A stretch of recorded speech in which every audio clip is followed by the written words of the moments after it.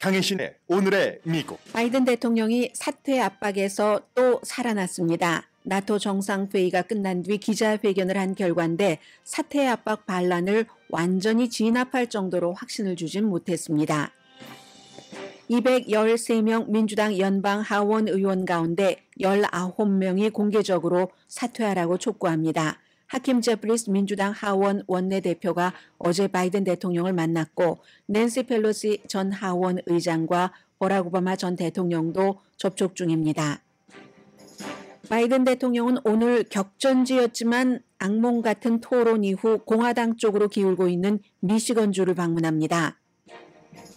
트럼프 전 대통령은 다음 주에 있을 전당대회를 준비하면서 부통령 후보를 확정해야 합니다. 현재로서는 오하이오주 J.D. 벤스 연방 상원 의원이 유력합니다. 그는 강하지만 충성심이 있고 화면은 잘 봤지만 트럼프를 가릴 정도의 자산이 없기 때문에 유력한 부통령 후보로 거론됩니다. 확정된 건 아닙니다. 나토 순번제 의장이 된 헝가리 독재자 빅토르 오르반이 나토 회의가 끝나자마자 바이든 대통령과는 서로 외면한 채 트럼프 전 대통령을 만났습니다. 미국에 오기 직전 푸틴 대통령을 만났기 때문에 푸틴 메시지를 트럼프에게 전달할 것이라는 예상이 강했습니다. 또 트럼프가 백악관을 다시 차지했을 때 VIP는 어떤 사람들인지를 보여주는 중요한 예이기도 합니다. 7월 미국 소비자 심리는 8개월 만에 최저치로 하락했습니다. 미시건 대학 소비자 신뢰지수 66까지 내려갔습니다. 아마존이 소비자의 쇼핑을 돕기 위해 도입한 인공지능 도우미가 테스트를 끝내고 모든 손님에게 적용됩니다. 챗 GPT와 비슷하게 방문지 안내 등도 합니다. 이번 주 일요일부터 모든 우표값이 오릅니다. 시대의 흐름을 보여주는 스토리가 우표값 인상에 담겨 있습니다. 여러분 안녕하십니까? 오늘의 미국 강혜신입니다. 바이든 대통령이 또 살아났습니다. 사퇴 압박에서 2주일 전에 토론했을 때보다는 훨씬 어제 나토 정상회의가 끝나고 나서 한 기자회견에서 샵했습니다. 우리가 저 사람 샵하다 할 때가 있잖아요. 특히 바이든 대통령처럼 흐물흐물한 모습을 보여준 악몽과 같은 토론이 끝난 뒤의 기자회견이기 때문에 샵하긴 했어요. 토론 때보다는. 그러나 그냥 대통령이라고 볼 때의 그 샤팜은 따라가지 못했습니다. 그러니까 결국은 민주당이 지금 왜 바이든 대통령을 대선 후보로 하는 것을 불안해하는지 이것도 보여줬고, 그렇다고 어느 정도 샵했기 때문에 왜 사퇴하라고 213명 민주당 하원 의원 전원이 그 압박을 동시에 공동으로 집단적으로 하지 못하는지, 이 두 가지를 딜레마인 거죠. 정치적으로 다 보여준 기자회견이었습니다. 8분 동안 우선 그 나토 정상회의가 끝났으니까 그에 대한 연설을 했고, 그리고 50분 동안 한 10명 정도 기자들의 질문을 받고 답변을 했는데, 뭐라고 말씀드리면 되나요? 굉장히 깊이가 있었고 내용이 통찰력이 있었습니다. 특히 이제 국제 정세를 얘기할 때는 바이든 대통령처럼 경험이 많지 않은 사람은 쉽게 이게 미리 서로 이렇게 저렇게 질문을 다 주고받은 게 아니니까요. 답변할 수 없는 그런 얘기들을 많이 했거든요. 예를 들어서 뉴욕타임즈의 데이빗 생어라는 국제문제 전문 이 기자가 굉장히 그 기자들 사이에서도 존경받는 사람입니다. 러시아와 중국의 이런 문제를 쭉 얘기를 하는데 바이든 대통령이 그 지정학적인 것을 완전히 그 통찰력을 가지고 하는 얘기, 그리고 그러면서도 이 데이빗 생어가 물어보니까 Be nice, David 하고 워낙에 그 통찰력이 있는 그 기자니까 그렇게 얘기하면서 유머러스한 것도 있고 굉장히 아주 뭐라고 하나요? 디테일하고 섬세하게 얘기를 했거든요.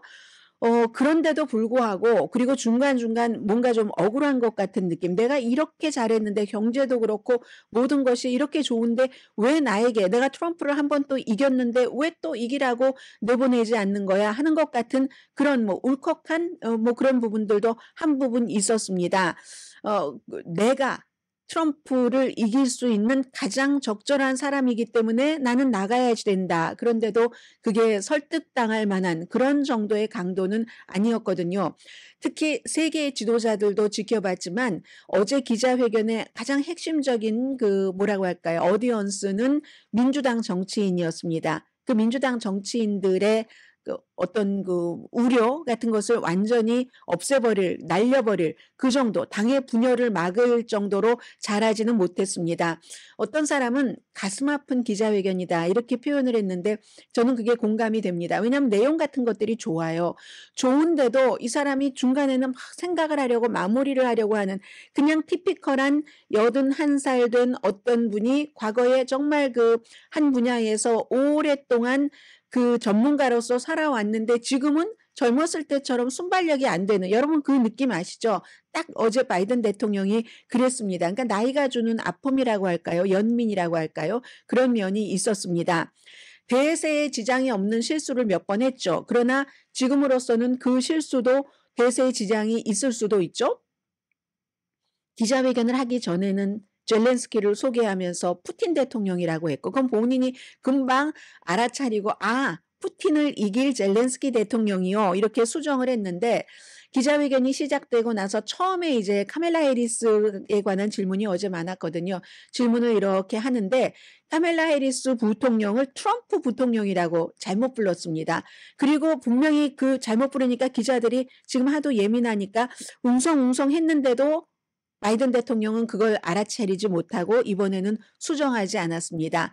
그 질문은 이제 그 카멜라 해리스에 대해서 만약에 지금 여러 여론도 그렇고 한데 대통령이 될 만한 그 자격이 있다고 생각하느냐 뭐 이런 질문이었어요. 비슷한 여러 개. 대통령의 답은 이거였습니다. 내가 카멜라 해리스를 부통령으로 선택을 할 때 그가 대통령이 될 만한 자격이 없다면 부통령으로 선택하지 않았을 것이다. 이건 이제 대통령 유고시 그런 걸 얘기를 하는 거죠. 바이든 대통령에게만 해당되는 건 아닙니다. 트럼프 전 대통령도 지금 부통령 후보를 결정하면서 2028년도 본인의 레가시를 이어갈 이럴 사람을 선택을 하겠죠. 이제 그런 답변을 하면서 말 실수를 했고요. 총기 폭력에 대해서 굉장히 강하게 비난을 했고 트럼프 전 대통령을 비난을 할 때 열정적이었습니다. 그때는 비교적 바이든의 태도로서는. 그러면서 내가 나의 레가시를 위해서 이런 그 재선에 나가는 게 아니다. 시작해 놓은 일을 마무리하기 위해서 멈출 수가 없다. 이제 이런 얘기를 했고요. 또 뭐가 있나요? 내가 가장 자격이 있다는 얘기를 굉장히 강조를 했습니다. 경제를 봐라 등등. 그리고 이제 인지력 테스트에 대해서는 2월 달에 받았는데 아무렇지도 않다. 그리고 만약에 의사가 나의 주치의가 하라고 하면 하겠다. 그런데 하라고 하지 않는다. 이거 하기 싫다는 얘기죠. 그런 얘기를 한 것이고 또 어제의 그 50분 동안 기자회견에서 대통령이 이런저런 그 국제관계 얘기를 하면서 뭐 이스라엘 하마스 전쟁도 많이 나오고 했거든요. 근데 이제 그 가운데서 한국하고 북한이 제가 한 7, 8번까지 세다가 안 셌는데 그게 전부일 겁니다. 7, 8번 정도 이름을 불렀는데 한국에 대해서는 내가 경제를 이렇게 잘한다 하는 것을 얘기를 하면서 20빌리언이니까 200억 달러를 한국이 미국에 나의 재임 기간 동안에 투자를 했다. 이런 얘기를 하고 한국, 뉴질랜드, 호주, 일본과 우리가 얼마나 중국을 겨냥해서 많은 것을 하느냐라는 것에 한 서너 번 언급을 했고요. 북한에 대해서는 거의 중국, 러시아와 엮여서 이게 다 우크라이나 전쟁과 연관이 있잖아요. 그렇게 해서 이제 몇 번 정도 한국과 그 노스코리아와 사우스코리아가 나왔다는 이런 말씀 드리고요. 내용은 좋았는데 스타일이 문제인 겁니다. 사실은 스스로를 구원할 수 있는 어제가 기회였죠. 민주당에게 내가 민첩하다. 나이가 이렇게 많아도 열정이 있다. 그리고 어떤 때는 스파링한다는 그런 모습도 보여줄 기회였는데 그런 것은 하나도 없었습니다. 발음은 때때로 꼬이고 느릿느릿했고 그런 그 노인의 모습. 다만 오랜 동안 이 정치계에서 몸을 담았기 때문에 어떤 신진 정치인들은 할 수 없는 똑같은 말을 하더라도 다르잖아요. 무게와 느낌이. 그런 것은 충분히 어제 보여줬습니다. 그리고 설령 말실수를 카멜라 해리스를 트럼프 트럼프라고 하든 그걸 몰라서 그랬겠어요? 아니면 푸틴을 젤렌스키라고 하든 이걸 아마 젊은 사람이 그랬으면 아무런 문제가 없었을 겁니다. 그리고 말할 때 생각을 막 이렇게 구태여 마무리를 하려고 막 생각하는 그런 모습 있죠. 예전에 버락 오바마도 그런 모습 많이 보였습니다. 가장 적확한 단어와 표현을 하기 위해서 하면서 이런 모습. 근데 40대, 50대의 대통령이 그럴 땐 아무런 문제가 되지 않습니다. 지금 바이든은 81살이기 때문에 이게 문제가 되는 거고 젊은 사람들은 더 잘하기 위한 그런 것에서 하니까 문제가 되지 않지만 나이 든 사람은 이걸 완성하기 위한 몸부림이기 때문에 문제가 되는 거죠. 어제 이제 그런 모습 그리고 한번 토론에서 사람들이 놀라봤기 때문에 어제 이제 그런 모습 해서 웬만큼 했지만 완전히 문제를 해소하진 않았다. 그러니까 결국은 워싱턴의 그 사이코 드라마, 그 정치 드라마는 심리 드라마는 끝나지 않았다라는 걸 알 수가 있고요. 또 하나는 저는 개인적으로 어제 느꼈던 것은 기자들이 엄청 그동안 화가 나 있었을 겁니다. 왜냐하면 심지어 장관들조차도 바이든 대통령이 백악관에 들어가고 나서 많이 만나지 못했기 때문에 이 바이든 대통령의 상태를 정확하게 알 수가 없다고 친한 기자들에게 얘기를 하고 있거든요. 그런 상황에서 기자들이 얼마나 기만당했다고 속았다고 분노하겠어요. 해서 막 소리 지르고 그럴 줄 알았거든요. 그런 거 전혀 없었습니다. 기자들은 기자들 나름대로 본인들의 위치에서 대통령에게 어제 꼭 했어야지 될 그런 질문들을 점잖은 방식으로 전통적인 방식으로 함으로써 바이든의 인지력 테스트를 했습니다. 그래서 역시 미국이 그 본인들이 분노했다고 기만당했다고 이걸 이제 메이크업을 해야지 되니까 오버액션을 하지 않을까 했는데 절대로 오버액션을 하지 않았습니다. 그런 것들이 조금 좀 미국스럽구나. 그리고도 이제 이 기자회견을 세계가 보는 기자회견이니까 나토 정상회담 끝나고 나서 미국의 체면은 양측에서 다 바이든 대통령이나 기자들이나 지켰다. 그러나 바이든 대통령으로서는 바람을 막을 정도는 아니었다. 정력적이지 않았기 때문에 활기라는 게 도대체 없었습니다. 보드랍게 말했고 그리고 또 이거는 하나 여전히 무리하더군요. 여론조사는 무시해야지 된다. 뭐 이런 얘기도 했어요. 그리고 본인들이 뭐 자체로 받아보는 여론이라든가 이런 것에선 내가 절대로 트럼프에게 뒤지지 않는다. 이제 이런 것들은 있었고 중요한 것은 기자회견이 끝난 뒤에 민주당 정치인들의 움직임이잖아요. 민주당 정치인 기자회견 끝난 뒤에 6명이 추가로 연방 하원 의원 대통령 물러나시라라고 얘기를 했습니다. 기다리고 있었던 거죠. 나토 정상회의 끝나고 나서.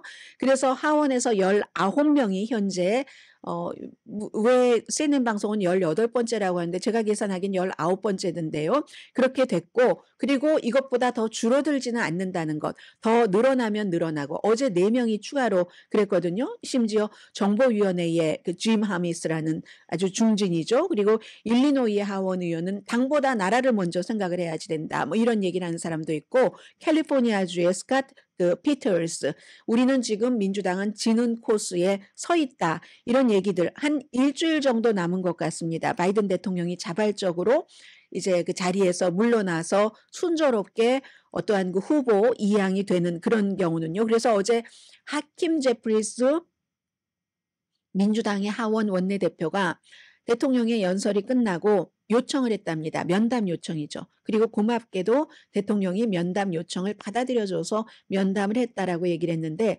자세한 내용 말하지 않습니다. 단지 본인이 며칠 동안 휴회가 끝나고 나서 그 하원에 그 정치인들과 얘기를 했잖아요. 그들의 의견 수렴된 것을 대통령에게 전달했다. 이 정도를 얘기를 했고요.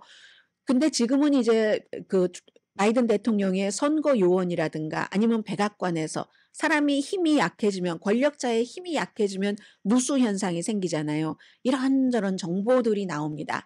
해서 뭐 예를 들어서 심지어는 뭐 가까운 사람 가운데서도 바이든 대통령이 사퇴해야지 된다고 어떻게 설득을 시키나 이런 것을 고민하는 사람들이 있다는 것 아니면 이 지금 바이든 측에서도 만약에 카말라 해리스를 내놨을 때 트럼프를 어느 정도 견딜 수 있나 이길 수 있나 이런 강도를 측정한다던가 이런 얘기들이 지금 주변에서 계속 나오고 있고요. 또 하나는 낸시 펠로시 하원 의장이 입장이 많이 바뀌었잖아요. 처음부터 지금 몇 주일 흘러가는 사이에 이 버락 오바마 전 대통령과 뒤에서 접촉을 한답니다. 그런데 바이든 대통령으로서는 오바마 대통령의 도움을 많이 받지만 어떠한 뭐라고 하나요? 그 아픈 감정이 있습니다. 왜냐하면 헌터 바이든 아들이 책에 쓴 것을 보면은 그게 뭐 틀린 말이 아니겠죠.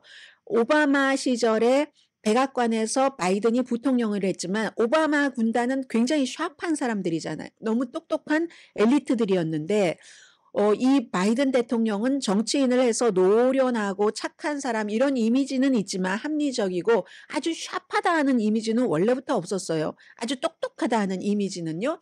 그래서 오바마 팀에서 백악관에 있을 때도 그 오바마의 엘리트들이 아버지를 무시했다고 헌터 바이든이 엄청나게 분노했었다는 거거든요.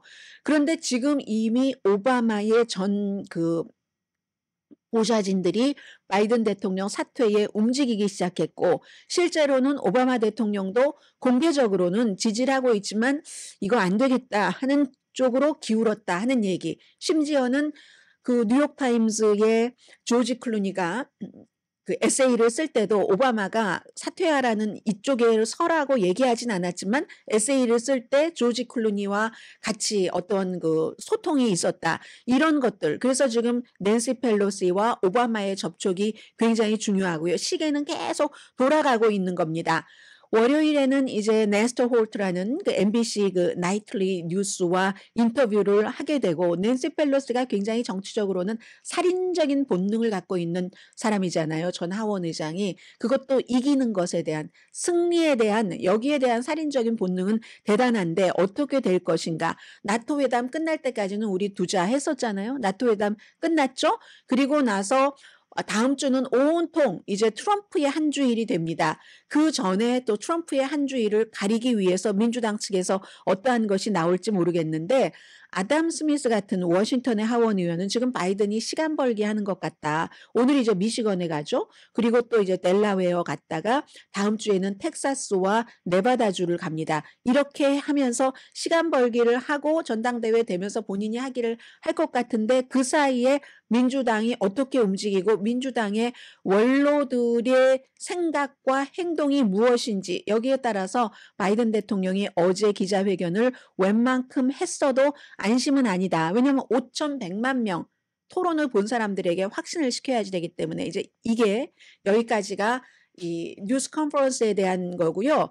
그리고 지금부터는 한 2, 3분 정도를 애틀란틱의 데이비드 프롬이라는 그 기자의 글인데 긴 글인데 제가 그 가운데서 좀 인상적이었던 몇 부분만 어제 기자회견에 대해서 전해드리겠습니다. 그 파토스가 예전에 우린 한국에서 페이소스라고 많이 불렀잖아요. 어떤 감성 같은 것이 미국의 비극이 돼서는 안 된다. 그러니까 이분도 어제 이렇게 기자회견을 보면서 참 내용도 맞고 뭐도 맞는데 노화, 퇴화를 멈출 수 없기 때문에 인간이 시간을 멈출 수가 없기 때문에 바이든 대통령이 저렇구나 하는 그런 걸 느끼신 것 같아요. 그래서 이 파토스가 미국의 비극이 돼서는 안 된다면서 여러 가지 얘기를 하면서 미술품을 복원하는 사람들은 그림이 퇴색하는 과정을 설명하기 위해 광분해하는 뭐 이런 용어를 쓰는데 이게 색상은 그대로 유지를 하는데 생생함이 없어진다는 그런 거잖아요. 이게 바로 조 바이든의 스토리다 하면서 바이든 대통령의 인생에서 가장 큰 좌절은 대통령이 너무 늦게 됐다. 여기에 이제 또 오바마와 이런 게 연결된 거죠. 왜 오바마가 그때 자신의 부통령인 바이든을 지지하지 않고 힐러리 클린턴을 지지해서 힐러리가 트럼프에게 져서 늦게 이 사람이 대통령이 돼서 안 그랬으면 진즉에 임기 2기를 다 완성을 하고 아주 편안하게 여생을 즐기고 트럼프라는 대통령 탄생도 안 했을 텐데 이게 제일 큰 좌절이라고 얘기를 하고 있습니다. 몸이 약해지면서도 온 힘을 다해서 의지력을 발휘하려는 이 선한 사람을 보면서 브로드웨이의 뮤지컬 2개가 떠올랐다고 얘기합니다. 선한 노인. 이건 이제 로버터라는 특별검사도 공화당의 특별검사도 바이든 대통령에 대해서 한 얘기잖아요. 하나는 에비타고 에비타는 이제 끝내 뭐 이렇게 좀 어떻게 해보려고 하는 그 가사였고 그리고 하나는 해밀턴입니다. 내가 작별 인사를 하면은 국가는 앞으로 나가는 법을 배운다. 내가 없을 때 국가는 나보다 오래 지속된다. 이거 이제 훌륭한 목사님이 그 목회자 자리에서 내려오면서 싹 사라져주는 페이드 아웃되는 그런 것과 마찬가지잖아요. 그러면서 이분은 바이든이 트럼프에게 지고 말면 바이든이 믿었던 국가는 오래가지 못한다. 다른 미국이 대치할 거다. 대통령직이 폭력으로 경쟁할 수 있고 권력 장악 시도에 대해서 사법적으로 면제가 되는 것, 연방 대법원의 판결, 집단적인 안보는 폐기될 것이고 미국과 다른 나라와의 관계, 미국의 군사력은 대통령과 대통령 가족에게 뇌물을 주는 독재자로부터 고용될 수 있다. 다른 나라 이런 걸 얘기하죠. 인간은 아무리 갈망해도 시간이 인간의 그 갈망하는 것에 자비를 베풀지 않는다. 시간이라는 것은 인간에게서 인간이 갖고 있는 그 시간 같은 것을 딱 가져가고 나서는 돌려주지 않는다. 이게 이제 바이든을 바라보는 어떤 뭐 일종의 뭐 파토스를 감성 연민이라고 할 수도 있잖아요. 그런데 그러한 연민으로 미국을 망치게 해서는 안 된다. 비극으로 몰아넣어서는 안 된다. 이게 데이비 프롬이라는 이거 아니요. 애틀란틱의 그 스텝 라이더가 쓴 글의 일부였습니다.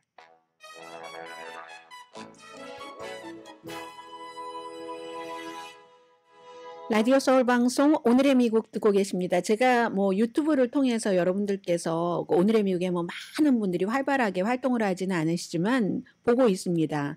이 콜로라도 아재 선생님께서 오늘은 대선 특집 보도 3번째 영상 나오는 날 기억해 주셨어요. 저도 깜빡 잊고 있었는데 방송 끝나고 이제 준비하고 녹화할 텐데 네 맞습니다. 오늘은 미국 대선 특집 3번째입니다. 매주 금요일에 한 주일의 것을 쭉 종합을 해서 날마다는 저도 이제 급하게 방송을 하니까 흐름을 쭉 볼 수 있도록 하는 그 클립을 만들어서 오후에 저희 라디오 서울 웹사이트 radioseoul1650.com 또 한국일보 웹사이트 koreatimes.com 또 한국 TV, tv한국.com 이런 그 세 군데에 올려놓습니다. 라디오 서울이나 한국일보는요.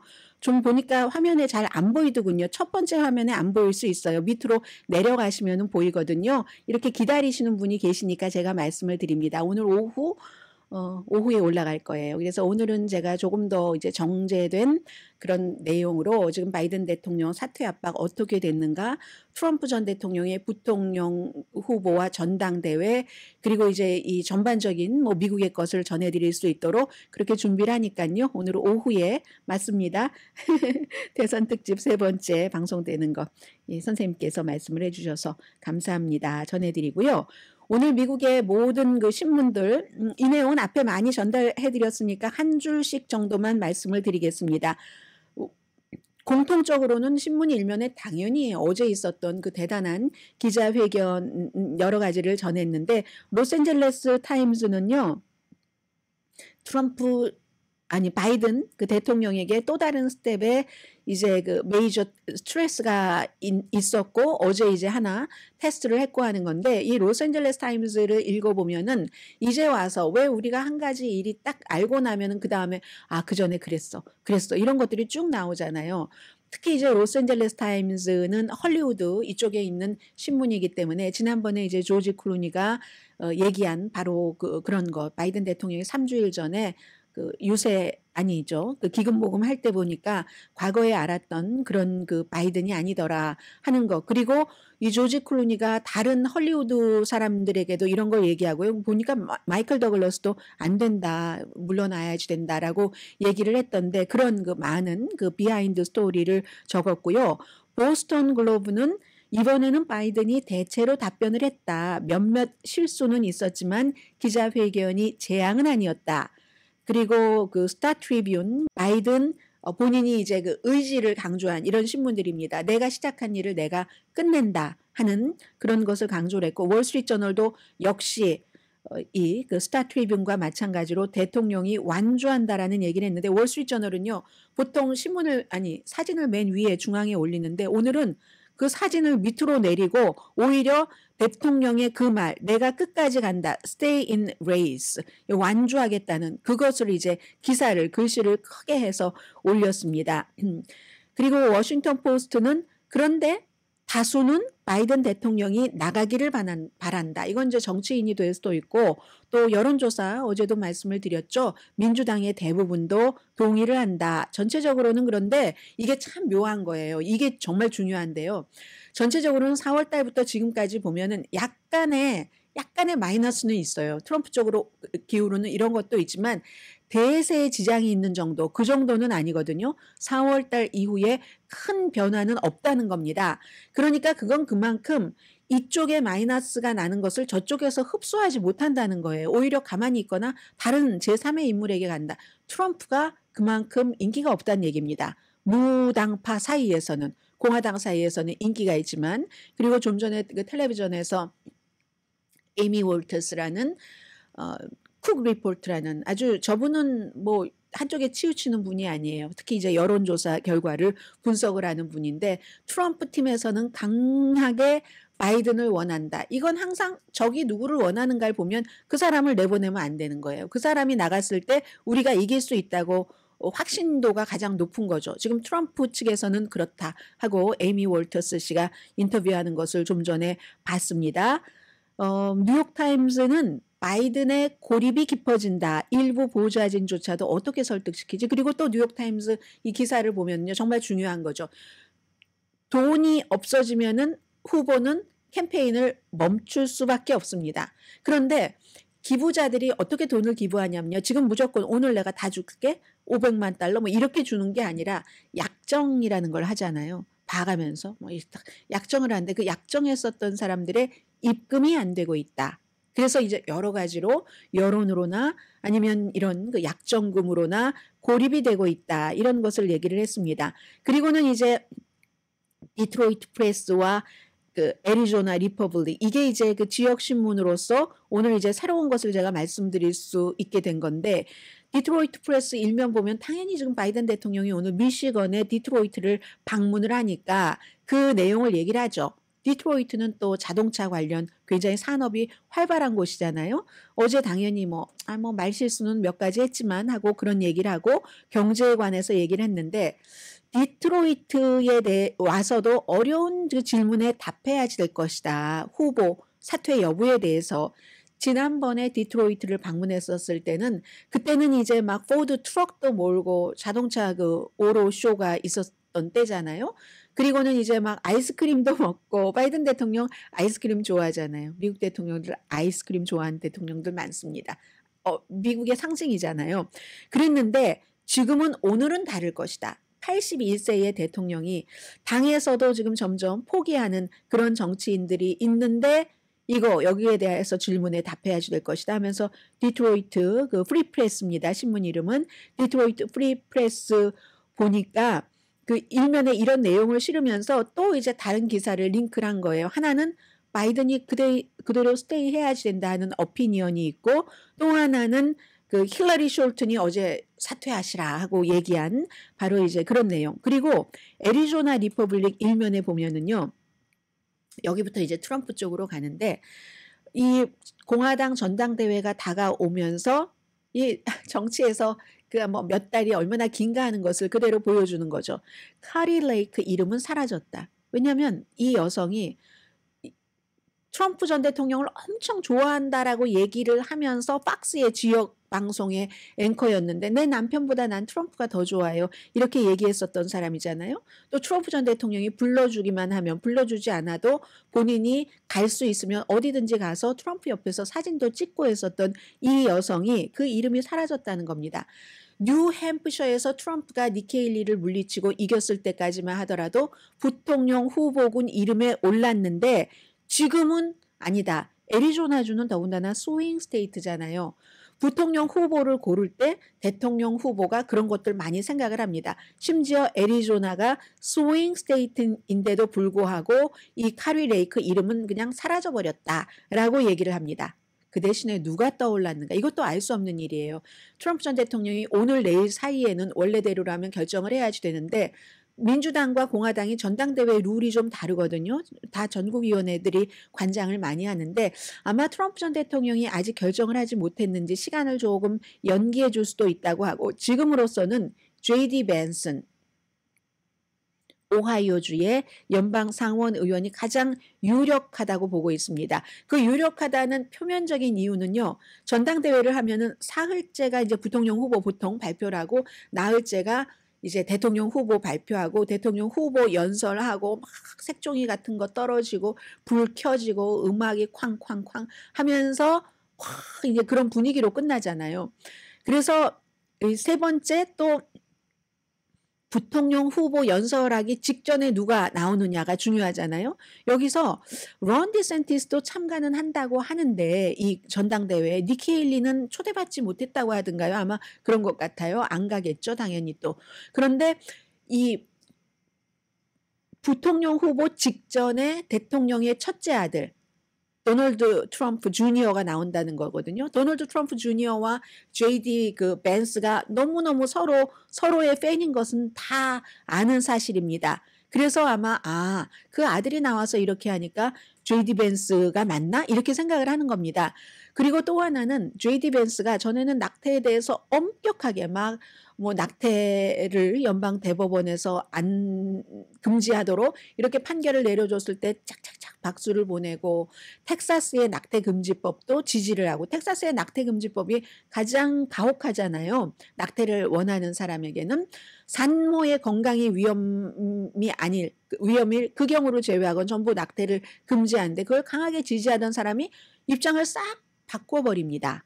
트럼프와 비슷하게 주 정부에 맡겨야지 된다. 그리고 뭐 강간이나 근친상간은 그때는 낙태를 허용해야지. 이런 식으로 또 미페프리스톤이라는 낙태약에 대해서도 트럼프가 그거 뭐 허용 나 괜찮아? 그러니까 이 사람도 바로 입장을 그렇게 바꿉니다. 이 입장 바꾸는 사람들은 정말 아주 확 바꿔요. 트럼프의 비판자에서 경멸했잖아요. 어떻게 저따위 인간이 이런 식으로. 그러다가 트럼프가 힘이 강해지면서 트럼프 추종자가 됐죠. 그게 JD 벤스입니다.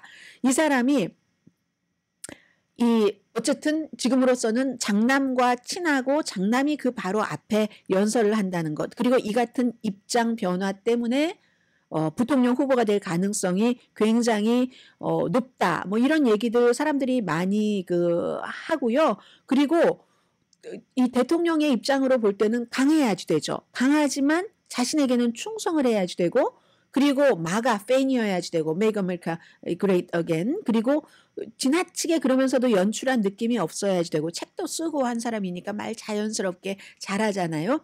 텔레제닉하지만 텔레비전 화면에 잘 봤지만 트럼프를 가릴 정도 그 정도의 느낌은 아니어야지 되고 할 때 딱 JD 벤스가 맞다. 뭐 이런 얘기를 하는데 모르죠. 어떻게 될지. 왜냐하면 지금 또 뭐 많이 나오는 사람들이 있기 때문에 예를 들어서 사우스다코타의 그 주지사인 더그 버검 같은 뭐 예비선거에도 나왔잖아요. 예비선거 때는 트럼프 전 대통령 비난하더니 결국은 부통령 돼보려고 안간힘을 다 쓰는 그런 모습을 보이는데 이건 권력에 많은 사람들이 하고 있는 그냥 평이한 일입니다. 그런데 더그 버검 같은 경우는 굉장한 그 딜레마가 있죠. 트럼프로서는. 왜냐하면 지금 공화당에서 낙태 이 이슈가 굉장히 중요한데 아주 나쁜 방면으로 중요한데 이 더그 버검 사우스다코타 주지사가 낙태를 강하게 금지하는 그런 법안에 서명을 해서 법으로 만든 주지사거든요. 이게 이제 굉장히 딜레마가 될 거고 마르코 루비오 같은 경우는 이제 같이 트럼프 전 대통령과 플로리다에 사는 사람이니까 그건 이제 뭐 만약에 그 사람을 한다면은 주소지를 옮겨야지 되는 거고 이건 만약에 이 경우도 마찬가지입니다. 카멜라 해리스와 게빈 뉴섬이 만약에 카멜라 해리스가 대통령 후보가 되고 게빈 뉴섬이 부통령 후보가 된다면 같이 캘리포니아가 거주지이기 때문에 한 사람이 거주지를 바꿔야 되겠죠. 게빈 뉴섬이 바꿔야 되겠죠. 그런 문제가 있는데 현재로서는 JD 벤스지만 요즘 미국은 1시간 하루 이틀이 엄청난 변화를 몰고 오기 때문에 그 사이에 또 부통령 후보 옆에서 지지하는 사람들끼리 얼마나 그 로비를 벌이겠어요. 이 트럼프 전 대통령에게 아직은 알 수 없다. 이렇게 말씀을 드리고요. 트럼프 전 대통령에 대해서 또 하나 중요한 문제는 맨 뒤에 말씀드리겠는데 이건 정말 세계를 보는 너무너무 중요한 뉴스입니다. 잠시 뒤에 경제 뉴스부터 간추려 드리고요.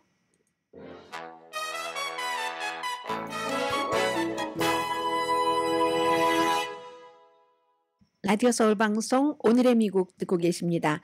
7월에 미국 소비자 심리가 8개월 만에 최저치까지 내려갔답니다. 그러면 어제 말씀드린 인플레이션이요?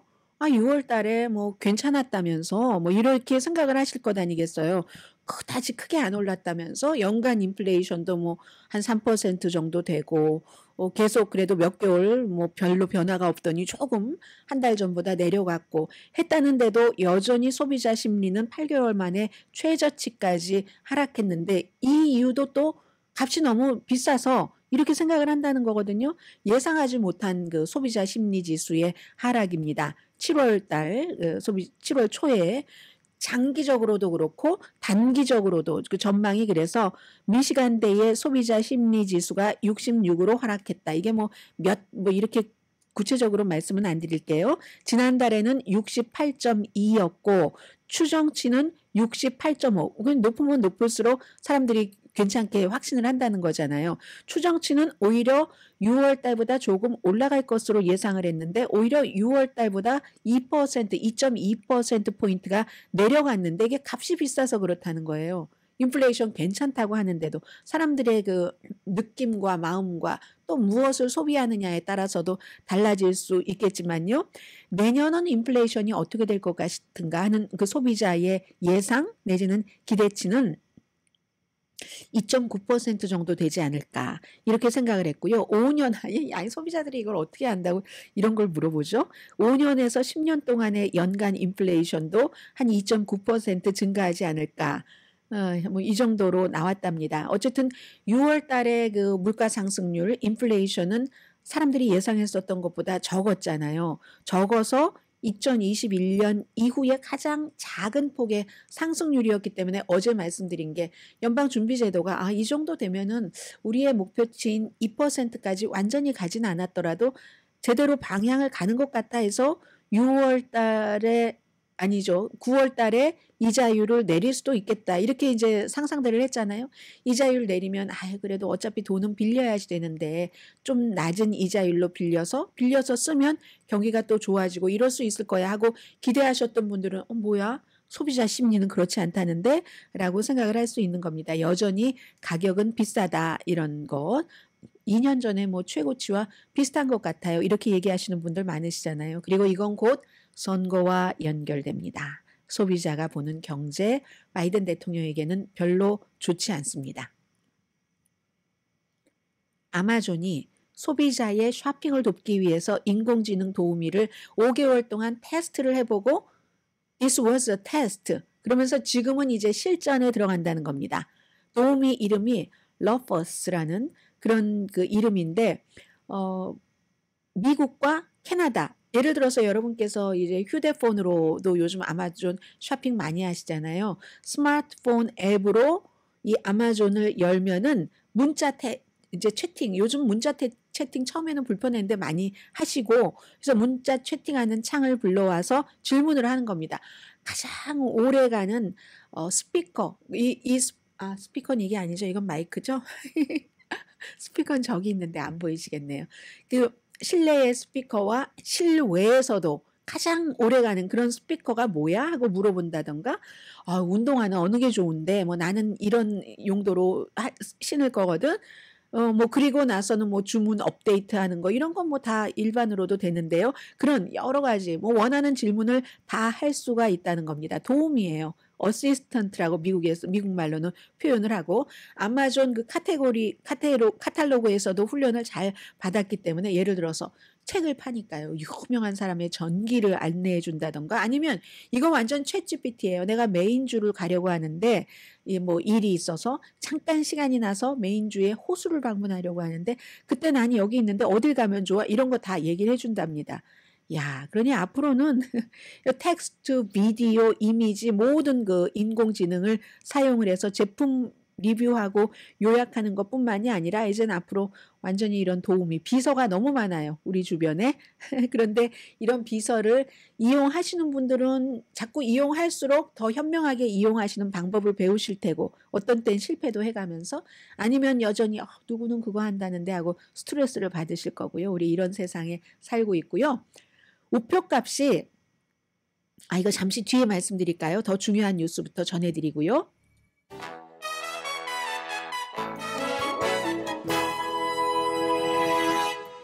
라디오 서울 방송 오늘의 미국 듣고 계십니다. 역시 흑인과 백인 사이의 차이가 큽니다. 흑인은 48%가 바이든이 계속 스테이 해야지 된다고 얘기를 하고 백인은 28%가 남아야지 된다 이렇게 얘기를 한답니다. 워싱턴 포스트와 ABC 방송의 공동 여론조사 결과랍니다. 트럼프 전 대통령이 빅토르 오르반 헝가리 총리를 만났습니다. 이 빅토르 오르반은 나토 회원국이고 나토 의장이 순번제로 돌아가기 때문에 이번에 의장을 맡았죠. 지난주에 러시아의 푸틴을 만나고 이제 바로 와서 이 그 나토 정상회의가 있는 동안에도 아주 귀에 쏙 들어오는 그런 그 발언들을 많이 했는데요. 예를 들면은 어떤 발언이냐면 바이든이 11월 달에 승리할 것이라고 생각한다면 타이타닉호에서 배가 침몰할 때 바이올린을 연주하는 것과 같다. 한가롭게. 그렇지 않다는 거예요. 저는 이 내용은 보지 못했거든요. 그런데 파이낸셜 타임스가 이 부분을 강조를 해서 얘기를 하더군요. 그 정도로 이 헝가리의 빅토르 오르반은 트럼프가 될 것으로 믿고 있다던가 아니면 되기를 바라는 사람이겠죠. 세계에서 뭐 넘버 1, 2, 3, 5 안에 꼽혀지는 그런 이제 그 독재자에 속하니까는요. 이 사람은 그래서 이제 평화를 이루는 방법에 대해서 트럼프 전 대통령과 대화를 나눴다. 이렇게 얘기하는데 두 사람 다 평화, 뭐 화합과는 좀 거리가 먼 사람들이죠. 아무튼 유럽에서는 유럽의 그 나토 회원 국가들은 경악을 했습니다. 이 사람이 나토 이 75주년을 맞아서 러시아의 점진적인 서쪽으로 오는 것에 대해서 유럽이 방어하는 것 이런 것에 딱 모든 그 포커스를 두면서 우크라이나를 지원하는 거잖아요. 그런데 이 회의에 오기 직전에 의장이라는 사람이 러시아로 가서 블라디미르 푸틴을 만났다는 것에 대해서 너무 그 화나 있었고 그리고 이 사람은 트럼프 전 대통령이 미국에서 Make America Great Again을 얘기하는 것처럼 Make Europe Great Again 똑같이 이제 그런 그 패턴으로 얘기를 하고 있습니다. 그러니까 이걸 이렇게 보면 트럼프 전 대통령이 재선에 성공을 하면은 그러면 여러 가지 일어날 수 있는 극단적인 변화라고 할까요? 그런 것을 이제 보여주죠. 굉장히 다른 그룹들이 백악관에 그 초대가 될 겁니다. VIP. 예전에 그 트럼프 전 대통령이 대통령 되고 나서 제일 먼저 초대했었던 사람들이 보면은 극우적인 그런 사람들이었거든요. 영국 총리라든가 당시에 브렉시트 탈퇴를 얘기를 하는 뭐 그런 식으로 이번도 마찬가지죠. 굉장히 인기 영합주의자잖아요. 빅토르 오르반이 민주적인 으로는 굉장히 그 퇴보했고 국가를 운영하는 방식이 러시아와 굉장히 우호 관계를 두면서 우크라이나 지원하자 이럴 때마다 회방 놓고 지연 작전하고 왜냐면 만장일치로 통과돼야 되는 게 많으니까 핀란드 뭐 나토 가입도 반대하고 지연하고 스웨덴도 그리고 나서 나중에 엄청난 걸 받았겠죠. 받고 나서 오케이를 해주고 충돌을 많이 했는데 어쨌든 이 사람이 뭐 나토 그 회원국이고 의장이니까 바이든은 나토의 단결을 강조하는데 오르반은 러시아에 대한 일부 제재도 완화한 사람입니다. 헝가리에서. 그리고 스웨덴의 나토 가입도 아주 끈질기게 보류하도록 그랬었던 사람인데 어쨌든 평화사절단이래요. 본인에게. 그렇게 얘기하면서 러시아의 푸틴에게도 가고 미국도 방문을 하고 그랬기 때문에 사람들은 전문가들은 분명히 블라디미르 푸틴이 이 미국의 트럼프에게 하는 말을 메신저 역할로 가지고 왔었을 것이다. 이렇게 뭐 추측이죠. 이건 누가 확인해 본 것은 아니니까. 트럼프 전 대통령과 일단 뭐 평화를 이루는 방법을 논의했다라고 하는데 그게 이제 트럼프와 오르반은 푸틴이 이기길 바라는 거죠. 빨리.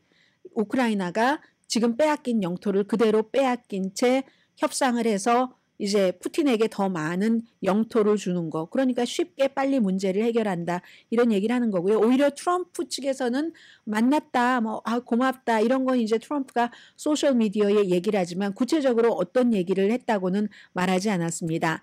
그런데 이제 그 헝가리 이 대통령뿐만이 아니라 모하메드 빈 살만 그 사우디 왕세자가 또 트럼프가 대통령이 되면 굉장히 대접을 받을 것이고 그리고 모하메드 빈 살만 사우디 왕세자에 의해서 트럼프의 사위는 엄청난 계산을 하기도 어려운 그런 이제 그 경제적인 베네핏을 받았고요.